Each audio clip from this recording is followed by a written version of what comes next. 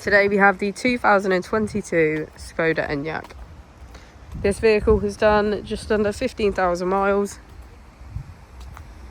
It has an automatic transmission and a fully electric motor. To the left of our steering wheel, we have voice control as a feature, as well as our heated steering wheel. We also have cruise control. On the right, we have our assist and automatic headlights.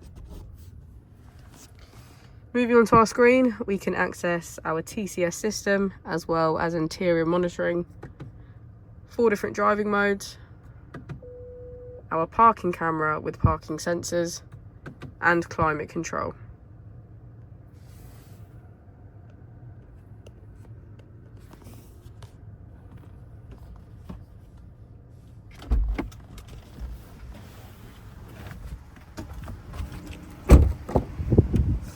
As we go into the back of the vehicle, we can see that it has a full leather black interior.